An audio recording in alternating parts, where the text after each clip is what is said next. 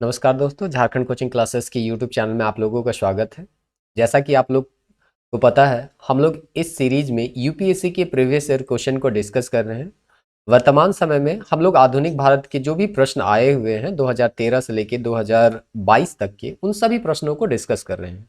2019 तक हम लोग ऑलरेडी डिस्कस कर चुके हैं। आज हम लोग 2020, 21 और 22 के प्रश्नों को यहाँ पे जानने का प्रयास करेंगे कि ये प्रश्न कहाँ से आए थे, कितने टफ थे और इसका जवाब जो है वो हमको कौन से सोर्स में मिल सकता है। तो चलिए प्रारंभ करते हैं। सबसे पहला क्वेश्चन है, निम्नलिखित में कौन सा कथन औद्योगिक क्रांति के द्वारा 19वीं शताब्दी के पूर्वार्ध में भारत पर पड़े प्रभाव की सही व्याख्या करता है।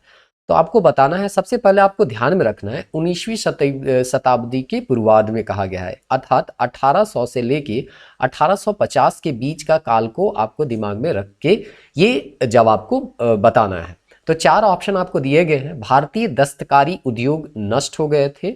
दूसरा ऑप्शन है, भारत के वस्त्र उद्योग में मशीनों का बड़ी संख्या में प्रवेश हुआ था।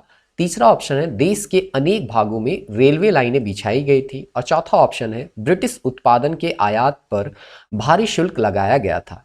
ये कोई भी किताब में अगर नहीं भी पढ़े हैं तो भी बहुत आसानी से इसका जवाब बना सकते थे। देखिए एलिमिनेशन से कैसे इसका ऑप्शन सही ऑप्शन तक हम लोग पहुंचते हैं। पहला ऑप्शन आप छोड़ दीजिए, दूसरा ऑप्शन देखिए, भारत के वस्त्र उद्योग में मशीनों का बड़ी संख्या में प्रवेश हुआ था। ऐसा बिल्कुल नहीं है। यहाँ से कपास का उत्पादन करवाया जाता था और ब्रिटेन भेजा जाता था, और ब्रिटेन में जो कपड़े बने हुए होते थे उसको वापस यहाँ पे लाया जाता था और बेचा जाता था। तो ऐसा तो आप ऐसा भी सोच सकते हैं कि अंग्रेज जो है यहाँ मशीनों का संख्या बढ़ाएगी नहीं, बल्कि यहाँ से कच्चे माल को ब्रिटेन ले जाएगी और उसके बाद जो बना हुआ उत्पाद है, निर्मित उत्पाद है, उसको यहाँ पे लाके बेचेगी और प्रॉफिट कमाएगी। तो दूसरा स्टेटमेंट आपका रॉन्ग हो जाएगा। देश में अनेक भागों में रेलवे लाइनें बिछाई गई, ये भी स्टेटमेंट आपका गलत होगा, क्योंकि आपको इसलिए पहले में ही बता दिया गया था कि 1850 के पहले के बारे में आपको सोचना है, 1800 से 1850 के बीच में। आज दिन भी खास है, आज का दिन ही यानी कि 16 अप्रैल को ही 1853, 16 अप्रैल 1853 को ही पहली रेलवे लाइन यहाँ पे भारत में चली थी। और इस तरह से ये 1853 का काल है, और जबकि हमको यहाँ पे आंसर बताना है 1800 से 1850 के बीच का। तो ये स्टेटमेंट भी आपका रॉन्ग हो जाता है। चौथा स्टेटमेंट अगर हम देखें, ब्रिटिश उत्पादन के आयात पर भारी शुल्क लगाया गया। ऐसा कैसे हो सकता है कि ब्रिटेन वाले लोग जो हैं वो अपने ही देश से जो आ रहा है, अर्थात ब्रिटेन से जो भारत आ रहा है, उस पर क्यों भारी शुल्क लगाएंगे? अगर भारी शुल्क लगाएंगे तो उसका दाम बढ़ जाएगा, दाम बढ़ जाएगा तो उसका बिक्री जो है यहाँ पे बहुत कम होगा, और ऐसा ब्रिटेन बिल्कुल नहीं चाहेगा कि ब्रिटेन का बना हुआ माल भारत में ना बिके। इसीलिए आयात में भारी शुल्क नहीं लगाया जाएगा, बल्कि अगर आप निर्यात करते हैं, यहाँ से कोई चीज़ भेजते हैं, भारत से अगर कोई चीज़ भेजते हैं, तो उसमें शुल्क लगाया जाएगा, ताकि भारतीय वस्तु महंगा हो जाए और विदेशों में उसकी बिक्री बहुत कम हो। तो इस तरह से ये स्टेटमेंट भी आपका गलत हो जाएगा। तो हमारा जो पहला स्टेटमेंट है वो सही है, भारतीय दस्तकारी उद्योग नष्ट हो गए। आपको पता है औद्योगिक क्रांति में कई अलग अलग तरह के मशीन बनते हैं, इंजन बनते हैं, और इस तरह से आप छोटा सा एग्जाम्पल सूत काटने की मशीन ही ले सकते हैं। तो ये सब मशीन जो बना था वो ब्रिटेन में बना था, कुछ बहुत भारत में भी आया था, लेकिन ज़्यादा संख्या में ब्रिटेन में ही था। और इसीलिए यहाँ पे जो भी हाथ से बनाया गया, या एक तरह से कह सकते हैं कुटीर उद्योग जो था, वो बिल्कुल नष्ट हो जाता है। और इस तरह से औद्योगिकरण के विपरीत भारत में विऔद्योगिकरण का यहाँ एक दौर आता है, जिसमें उद्योग जो होते हैं वो नष्ट हो जाते हैं, और उद्योग में लगे हुए जितने भी लोग थे वो कृषि की ओर अग्रसर हो जाते हैं। और इस तरह से कृषि पे जो बोझ है वो बहुत ज़्यादा बढ़ जाता है, जिसके बारे में हम लोग पिछले वीडियो में भी चर्चा किए थे। नेक्स्ट प्रश्न की ओर अब हम लोग बढ़ते हैं, देखते हैं क्या है इस प्रश्न में। निम्नलिखित में से किस कारण से भारत में 20वीं शताब्दी के आरंभ में नील खेती का ह्रास हुआ? नील के उत्पादकों के अत्याचारी आचरण के प्रति काश्तकारों का विरोध। दूसरा है, नई खोजों के कारण विश्व बाजार में इसका अलाभकर होना। तीसरा है, नील की खेती का राष्ट्रीय नेताओं द्वारा विरोध किया जाना। और चौथा है, उत्पादकों के ऊपर सरकार का नियंत्रण। देखिए सबसे बेस्ट ऑप्शन जो होगा वो बी होगा। एनसीईआरटी में आपको मिल जाएगा, थोड़ा ध्यान से पढ़ना होगा, एग्जैक्ट लाइन नहीं लिखा हुआ मिलेगा, लेकिन मिल जाता है कि विश्व में कई जगह नील का खेती प्रारंभ हो गया था, कृत्रिम नील भी बनने लग गए थे, तो इसका जो डिमांड था वो बहुत ज़्यादा कम हो गया था, और इसको बेचने से फायदा जो है वो कम हो रहा था। और इसीलिए यहाँ पे कहा गया है कि नई खोज के कारण विश्व बाजार में इसका अलाभकर मतलब फायदा होगा ही नहीं, तो फिर इसका बिक्री क्यों किया जाएगा, इसका डिमांड जो है वो धीरे धीरे घट जाएगा। और यही कारण था नील की खेती के ह्रास होने का। नेक्स्ट प्रश्न की ओर बढ़ते हैं। अगला प्रश्न है, भारत के इतिहास के संदर्भ में उलगुलान अथवा महान उपद्रव निम्नलिखित में किस घटना का विवरण है। यदि आप झारखंड से आते हैं तो ये प्रश्न आपके लिए बिल्कुल इजी है। आप जान रहे हैं कि 1899 से 1900 के बीच बिरसा मुंडा का विद्रोह हुआ था और उसी दौरान यहाँ पे उलगुलान वर्ड दिया गया था। उलगुलान मतलब एक तरह से ये अंग्रेजों के खिलाफ विद्रोह किए थे। एक्चुअली यहाँ पे दिया है 89 और 1900 का काल दिया है। इस समय आंदोलन काफी उग्र हो गया था, लेकिन आंदोलन जो है आपका 1890 से हम कह सकते हैं धीरे धीरे यहाँ पे बिरसा मुंडा का भागीदारी बढ़ गया था और 95 में ये आंदोलन जो है अपने चरम स्थिति पे पहुंचा।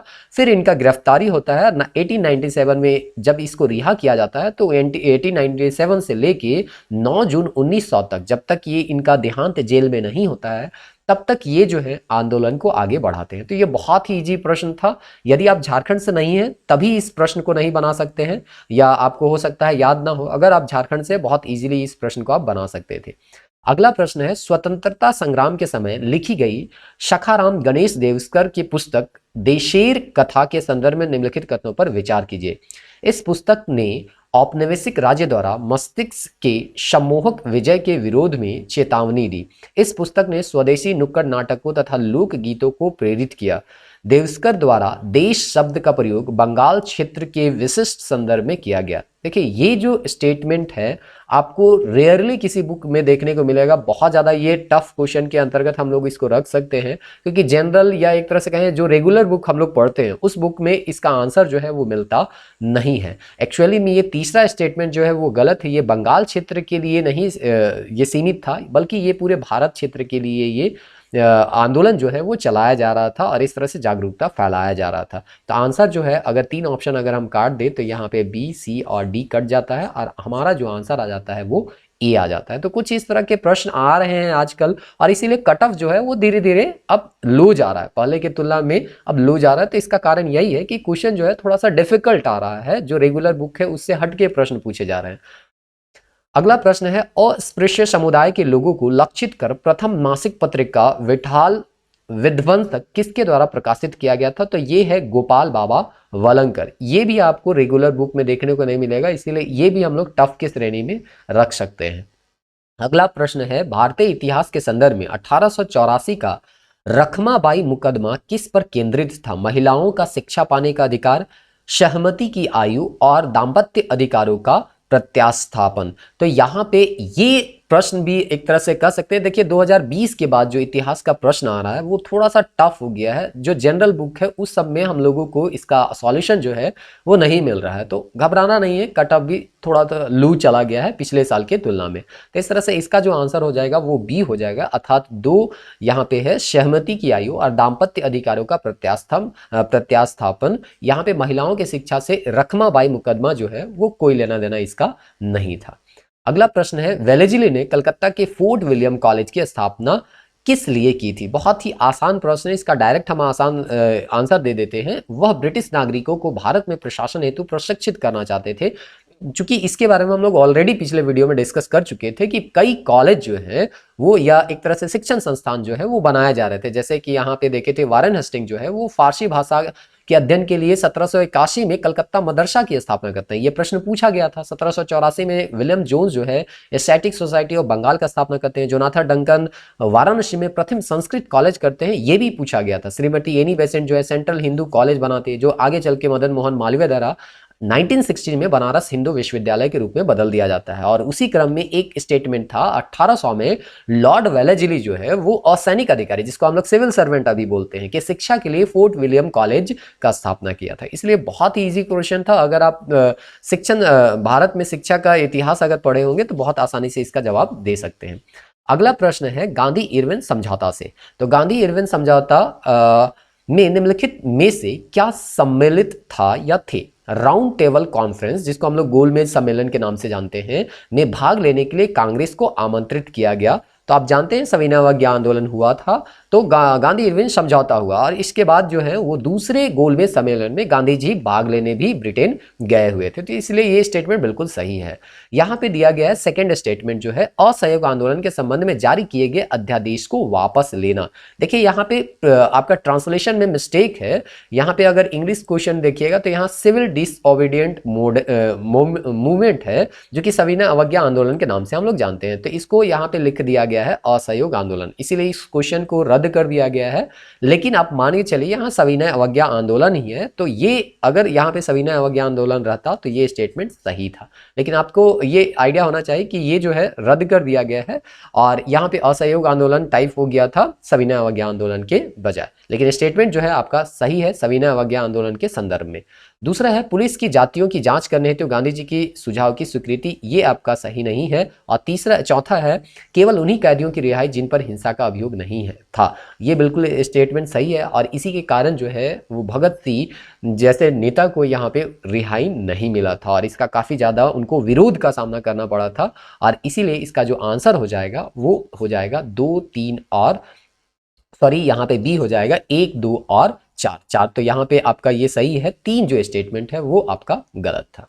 तो इस तरह से ये प्रश्न यहाँ पे आता है। गांधी इरविन समझौता के बारे में आपको आइडिया होगा। 1931 में सविनय अवज्ञा आंदोलन के बाद यहाँ पे हुआ था तेज बहादुर सप्रू डॉक्टर जयकर के प्रयास से गांधी और तत्कालीन वायसराय लॉर्ड इरविन दिल्ली में मार्च 1931 को एक समझौता हुआ, जिसे गांधी इरविन समझौता के नाम से जाना जाता है। इस समझौता का अगर महत्वपूर्ण बिंदु देखे तो कहा गया था हिंसा के दोषी राजनीतिक कैदियों को छोड़कर अन्य सभी राजनीतिक कैदियों का रिहाई कर दिया जाएगा, सभी अध्यादेश की वापसी तथा अभियोगों की समाप्ति। यही चीज आपको पूछा गया है कि जितने भी अध्यादेश थे उसका वापसी और जितना भी अभियोग था उसको समाप्त कर दिया जाएगा, सत्याग्रहियों की जब्त संपत्ति को वापस कर दिया जाएगा, शराब और विदेशी कपड़ों की दुकानों पर एक तरह से धरना देने की अनुमति होगी, समुद्री तटों से दूरी रहने वाले लोगों को मुफ्त नमक इकट्ठा करने और बनाने का अनुमति होगा। तो इस तरह से नमक कानून के खिलाफ ही सविनय अवज्ञा आंदोलन किया गया था। और इस तरह से गोलमेज सम्मेलन जो कि 1930 और 32 के दौरान हुआ था, उसमें सेकंड गोलमेज सम्मेलन में गांधी जी सम्मिलित भी हुए थे, जो कि एनसीईआरटी में आपको देखने को मिल जाएगा फोटो के साथ। अगला प्रश्न, अच्छा अब हम लोग का 2020 जो है वो समाप्त हो गया। अब 2021 में यहाँ पे प्रश्न पूछे गए थे, 7 प्रश्न पूछे गए हैं। उन 7 प्रश्न को हम लोग एक एक करके समझने का प्रयास करते हैं। 17वीं शताब्दी के पहले चतुर्थांश में निम्नलिखित में से कहाँ इंग्लिश ईस्ट इंडिया कंपनी का कारखाना या कारखाने स्थित थे? तो आपको बताना है, पहले तो देख लेना है यहाँ पे बोला क्या जा रहा है। 17वीं शताब्दी के पहले चतुर्थांश में, यानी कि यहाँ पे आपको सोचना है 1600 से लेके 1625 के बीच का काल। इसी काल के बारे में सोच के आपको आंसर देना है। तो यहाँ पे बताया जा रहा है कि कहाँ पे कारखाना है। तो सबसे पहले ऑप्शन है भरूच, चिकाकोल और त्रिचिनोपोली। तो आपको थोड़ा बहुत अगर आप पढ़े होंगे कर्नाटक वार के बारे में तो आपको पता होगा कि ये सेकंड कर्नाटक वार में त्रिचिनापल्ली जो है उस पर अधिकार होता है, और ये जो है आपका लगभग 1750 के काल में आता है। मतलब आप देख सकते हैं 1749 से लेके 1754 के बीच में। तो हम मान के चलते हैं ये 1750 का काल रहा होगा। तो इस तरह से ये 1750 का काल है, और हम लोग को सोचना है 1600 से 1625। तो ये बहुत फेमस जगह था और नाम बहुत इजीली आता है, इसलिए आप 3 ऑप्शन को काट सकते थे। तो इस तरह से डी और सी जो है आपका एलिमिनेट हो जाता। अब आपके पास था चिकाकोल। चिकाकोल के बारे में कहा जाता है ये उत्तरी सरकार में था, नॉर्दर्न सरकार। ये हैदराबाद से मिला था प्रथम आंग्ल मैसूर युद्ध के दौरान, जो कि 1766 के आसपास था। तो इस तरह से ये जो है हैदराबाद के निजाम से यहाँ पे मिला हुआ था 1766 में, और इसीलिए ये स्टेटमेंट भी आपका गलत हो जाएगा। तो देखिए अगर आप इसको याद कर पाए एग्जाम हॉल में तब तो ठीक, और नहीं तो थोड़ा तो ये याद करने में मुश्किल आपको हो सकता था। तो आंसर इसका हो जाएगा ए। नेक्स्ट प्रश्न की ओर आगे बढ़ते हैं, देखते हैं क्या है। आंध्र प्रदेश के मदनपल्ली के संदर्भ में निम्नलिखित में से कौन सा कथन सही है? ये जो है टफ क्वेश्चन में आता है, क्योंकि रेगुलर बुक में नहीं है। क्लास 6 के एनसीईआरटी सोशल साइंस के बुक में यहाँ पे दिया गया है, सिविक्स में। और ये चीज़ अगर आपको ध्यान में गया होगा तो ठीक, और ध्यान में नहीं गया होगा तो आप नहीं बना पाइएगा। रविंद्रनाथ टैगोर ने यहाँ राष्ट्रगान का बांग्ला से अंग्रेजी में अनुवाद किया था, ये मदनपल्ली। तो याद रखिएगा ये जो मदनपल्ली आंध्र प्रदेश में है, वहाँ आपके रविंद्रनाथ टैगोर जो है राष्ट्रगान जो हमारा है उसको बांग्ला से अंग्रेजी में अनुवाद किए थे। अगला प्रश्न है, संत फ्रांसिस जेवियर जेसुइट संघ के संस्थापक सदस्यों में से एक थे।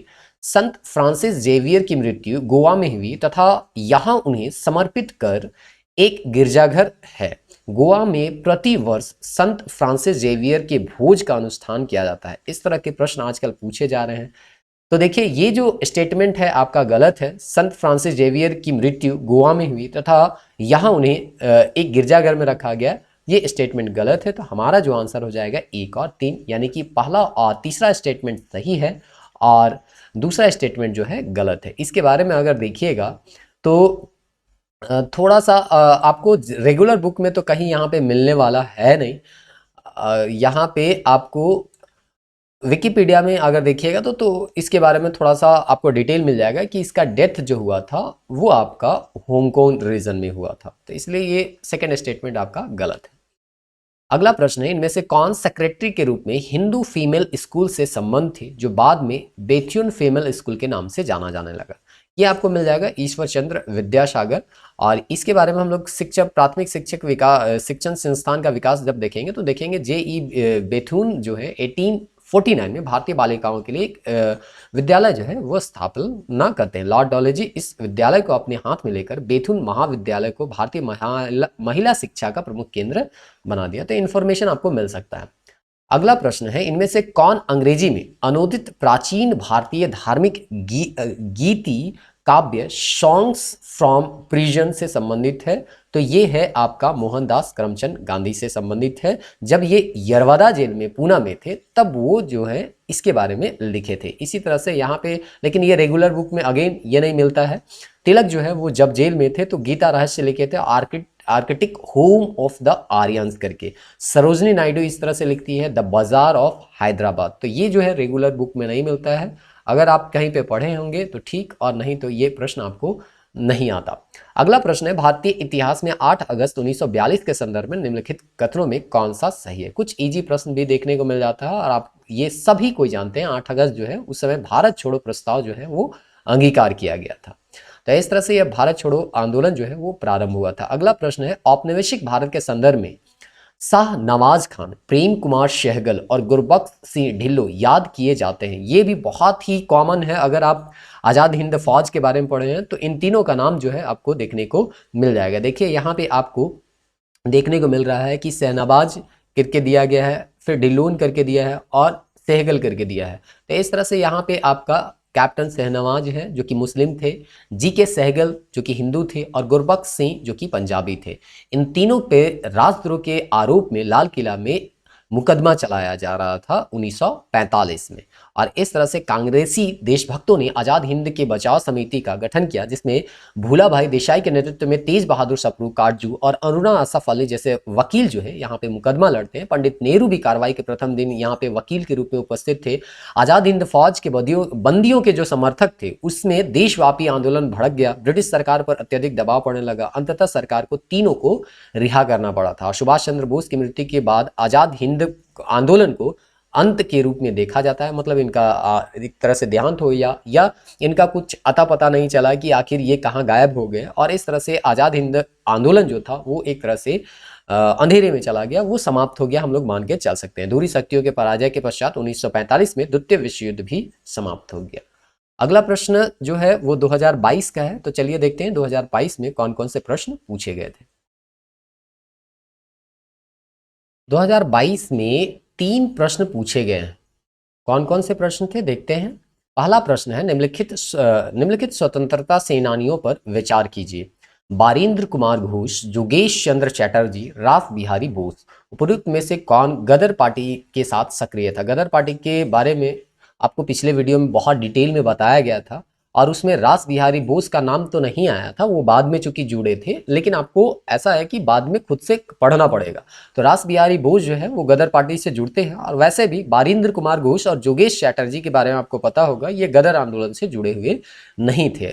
बारिंद्र कुमार जो घोष थे वो अलीपुर षड्यंत्र केस जो 1919 का है उस कांड से वो जुड़े हुए थे। और रास बिहारी बोस जो है वो गदर आंदोलन से बाद में यहाँ पे नेतृत्व को संभालते हैं भारत में। और इस तरह से अगर हम योगेश चंद्र चैटर्जी के बारे में बात करें तो ये HSRA से जुड़े हुए थे, हिंदुस्तान सोशलिस्ट रिपब्लिकन एसोसिएशन, जो 9 से 10 सितंबर 1928 को फिरोज शाह कोटला के मैदान में भगत सिंह के नेतृत्व में इसको बनाया गया था। तो इस तरह से अलग अलग कोई जो है वो अलग अलग आंदोलन से जुड़े हुए थे, तीनों अलग अलग घटनाओं से जुड़े हुए थे, तीनों के एक दूसरे से एक तरह से कहिए डायरेक्ट कोई रिलेशन यहाँ पे या इस गदर पार्टी से डायरेक्ट कोई रिलेशन नहीं था। एक ही का गदर पार्टी से संबंध था, वो थे रास बिहारी घोष। तो इस तरह से यहाँ पे ये पहला प्रश्न हो गया। दूसरा प्रश्न आगे अगर हम देखें तो कहता है भारतीय इतिहास के संदर्भ में निम्नलिखित कथन पर विचार कीजिए।